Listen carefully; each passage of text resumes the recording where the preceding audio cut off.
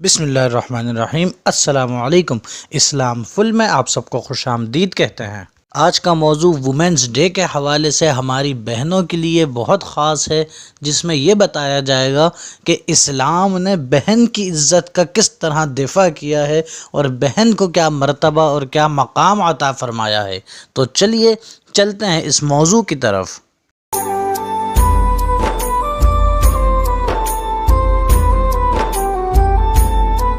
ہماری بہنیں جو یہ ویڈیو دیکھ رہی ہیں ان سے گزارش ہے کہ اس ویڈیو کو آخر تک دیکھیں، اور ان بھائیوں سے بھی گزارش ہے کہ جو دیکھ رہے ہیں وہ اپنی بہن کے مقامات کو دیکھیں کہ اسلام نے بہن کو کیا عزت اور کیا مرتبہ دیا ہے، اور اس ویڈیو کو آگے شیئر کریں تاکہ جو لوگ اسلام کو خواتین کے لیے برا مذہب کہتے ہیں یا فتنہ پیدا کرنا چاہتے ہیں ان لوگوں تک صحیح بات پہنچ سکے۔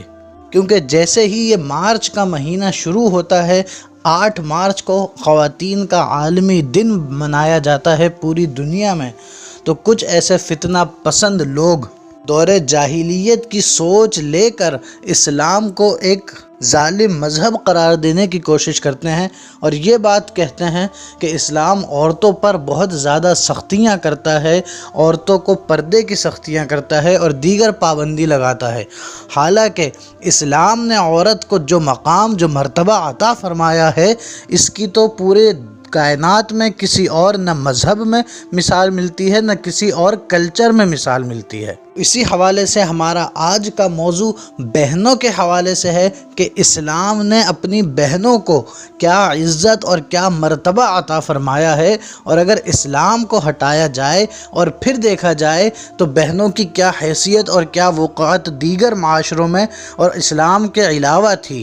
تو ہماری بہنیں ذرا ملاحظہ کریں جن کے ذہنوں میں یہ غلط بات ڈالی جاتی ہے کہ اسلام عورتوں کے حقوق کو صحیح ادا کرنے کا حکم نہیں دیتا یا عورتوں کے حقوق میں کمی کرتا ہے، ذرا غور سے سنیں کہ اے بہنوں، اور اسلام نے آپ کو کیا دیا ہے، آپ کو کتنی عزتیں اور کتنے مراتب عطا فرمائے ہیں کہ اسلام سے پہلے آج جو آپ کے بھائی ہیں یہ آپ کے محافظ بنے پھرتے ہیں۔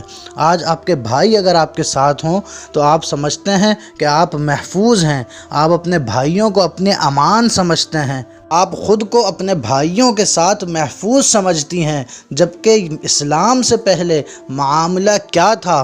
اسلام سے پہلے معاملہ یہ تھا کہ جو دور جاہلیت تھا اس میں بھائی اپنی سگی بہنوں کے ساتھ زنا کیا کرتے تھے۔ یہ حال تھا اسلام سے پہلے۔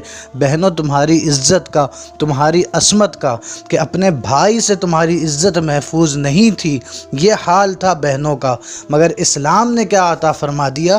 اسلام نے بہنوں کو وہ مقام عطا فرمایا۔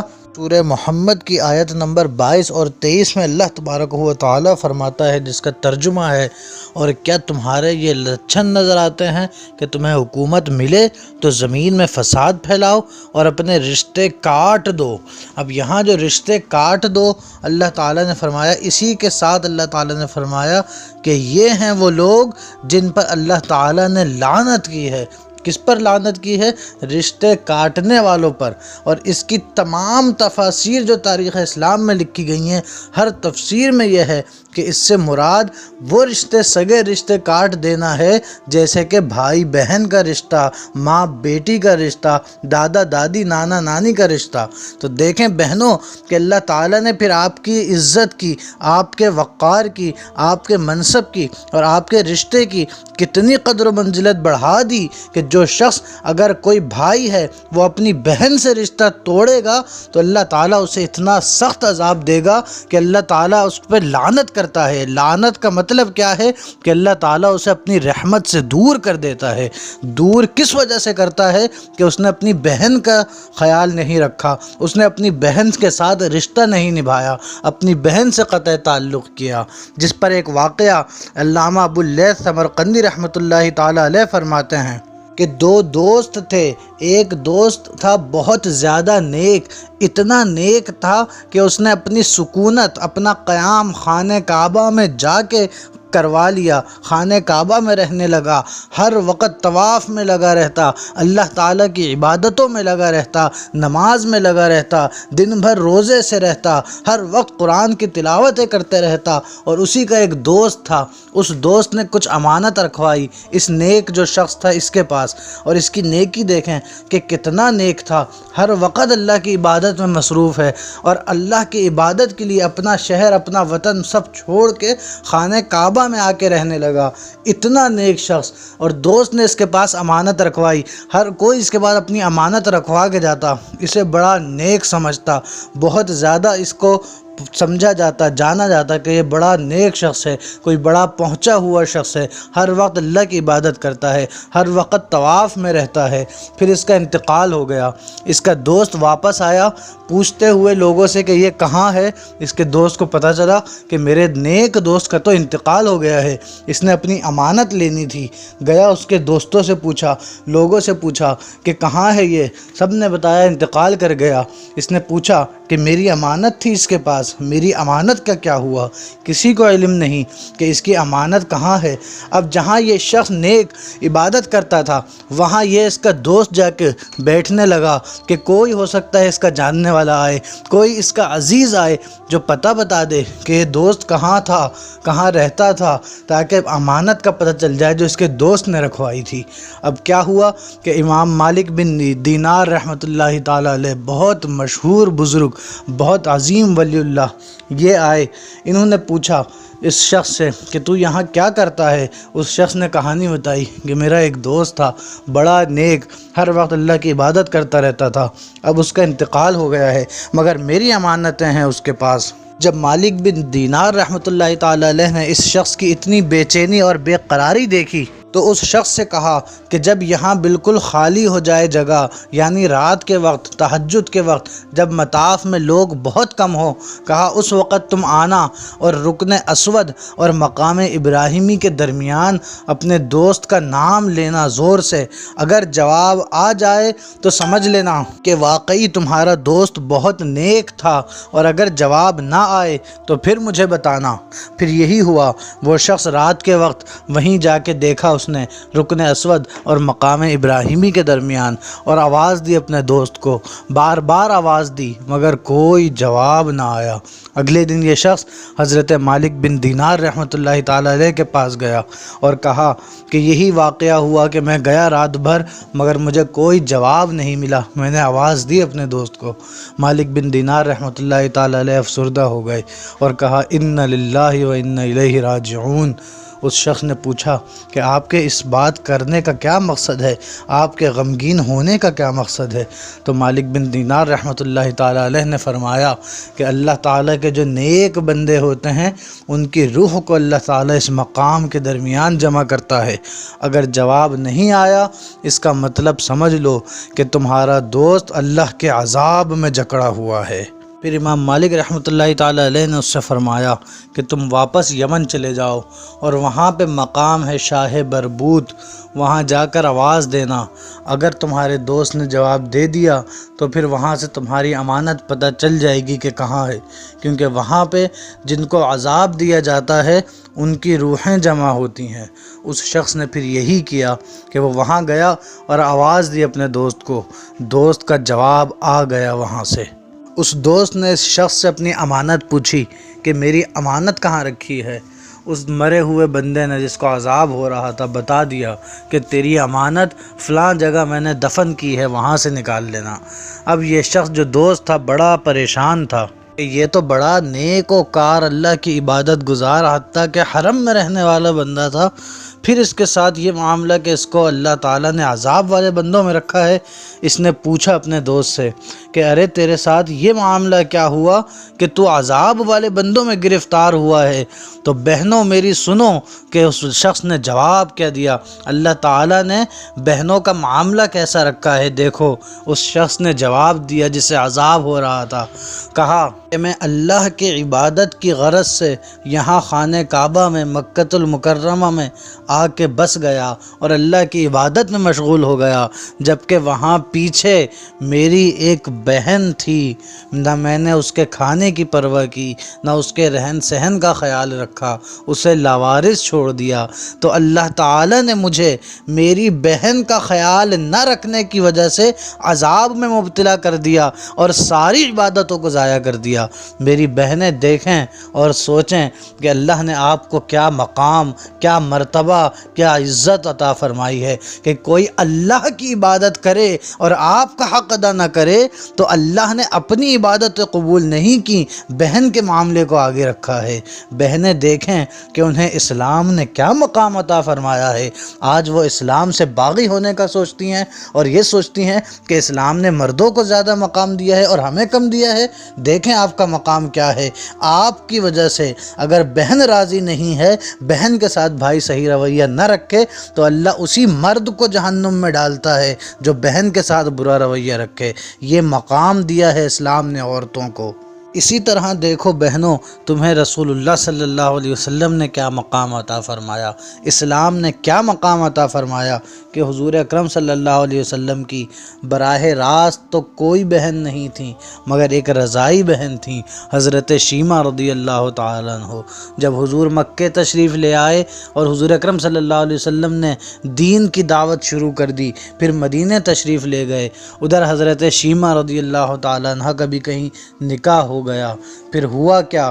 پھر ہوا یہ کہ جس قبیلے میں حضرت شیمہ رضی اللہ تعالیٰ عنہ کا نکاح ہوا تھا وہ قبیلہ تھا غیر مسلموں کا، اس قبیلے کی جنگ ہوئی حضور اکرم صلی اللہ علیہ وسلم سے، تو یہاں اللہ تعالیٰ نے اسلام کو فتح عطا فرما دی اور حضور اکرم صلی اللہ علیہ وسلم کا لشکر جیت گیا۔ اور جس قبیلے میں حضرت شیمہ رضی اللہ تعالیٰ عنہ کی شادی ہوئی تھی وہ قبیلے والے ہار گئے، ان کے لوگ اور ان کا مال مسلمانوں کے قبضوں میں آ گیا۔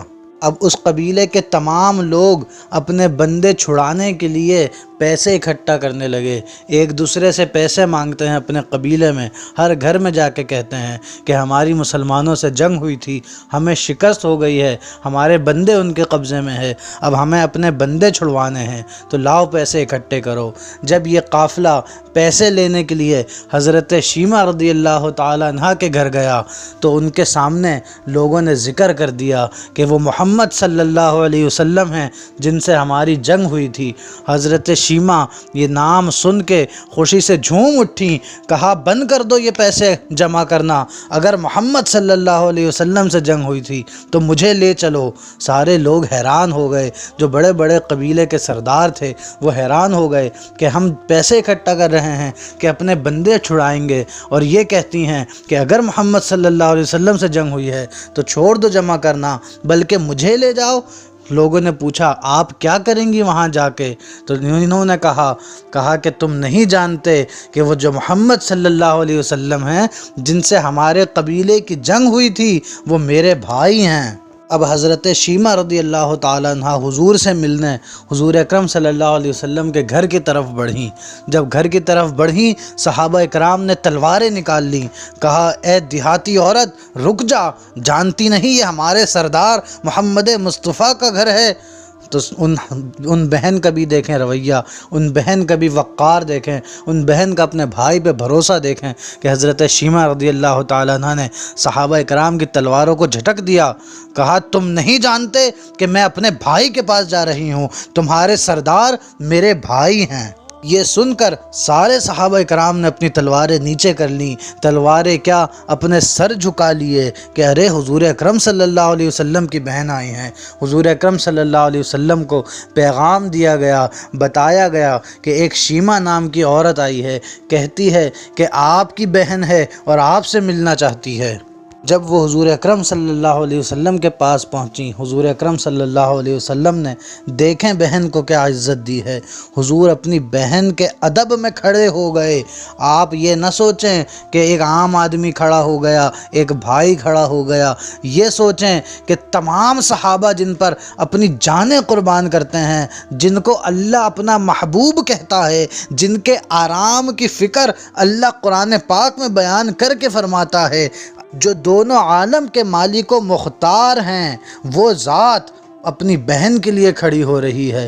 حضور اکرم صلی اللہ علیہ وسلم نے اپنی کملی بچھا دی اور اپنی بہن کو بٹھایا، بڑے ادب سے، بڑے تکریم سے بٹھایا اور اپنی بہن سے کہا کہ اے بہن، تو نے کیوں تکلیف کری یہاں آنے کی؟ اس بہن نے کہا کہ جہاں آپ کی جنگ ہوئی تھی وہ میرا قبیلہ ہے، اور جو لوگ آپ نے پکڑے ہیں وہ ہمارے قبیلے کے لوگ ہیں، مسلمانوں سے جنگ کرنے آئے تھے وہ لوگ۔ مگر دیکھیں حضور نے بہن کو کتنی محبت دی۔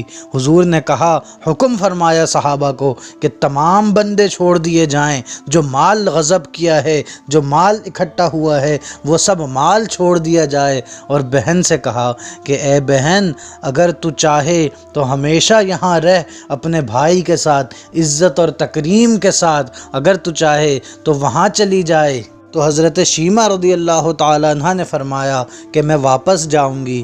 تو حضور اکرم صلی اللہ علیہ وسلم نے انہیں بھیجا، تمام لشکر چھوڑ دیے اور کہا، اے بہن، تم نے کیوں تکلیف کی؟ ایک پیغام بھجوا دیتی، تمہارے نام پہ میں تمام قیدیوں کو چھوڑ دیتا۔ حضور نے جب بھیجا تو 2 غلام ان کے ساتھ بھیجے، 2 کنیزیں ان کی خدمت کے لیے بھیجیں۔ یہ مقام دیا ہے اسلام نے بہنوں کو، یہ قدر و منزلت دی ہے اسلام نے بہنوں کو۔ تو میری بہنوں جو سن رہی ہو، کسی بھی فتنے کی زد میں نہ آؤ۔ جو لوگ بکواس کرتے ہیں، جو کچھ ایسی عورتیں بھی اٹھ جاتی ہیں جو اسلام کے خلاف بکواس کرتی ہیں کہ اسلام عورتوں کے حقوق پہ ڈاکہ ڈالتا ہے، اسلام ظالمانہ حکم لگاتا ہے عورتوں پہ، اسلام عورتوں کی پرواہ نہیں کرتا۔ کچھ لوگ بولتے ہیں کہ مرد کا معاشرہ ہے۔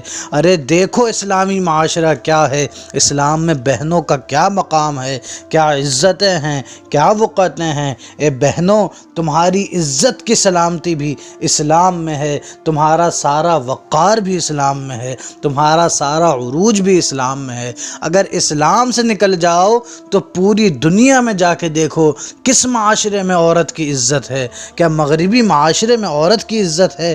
جہاں عورت کی عزت ہی محفوظ نہیں تو کیا وہاں پہ عورتوں کے حقوق کی بات کی جائے؟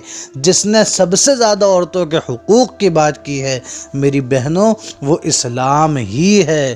اسی لیے آپ لوگ بھی اسلام ہی کے ساتھ جڑے رہیں، اور جو کوئی آپ کو اسلام کے خلاف کرنے کی کوشش کرے اس پر لعنت دے کر اسے تباہ کر دیں کہ آپ کی ساری عزتیں، آپ کے سارے وقار، آپ کی ساری بلندیاں آپ کو اسلام نے دی ہیں، آپ کو اللہ نے دی ہیں، آپ کو رسول نے دی ہیں۔ السلام علیکم ورحمۃ اللہ۔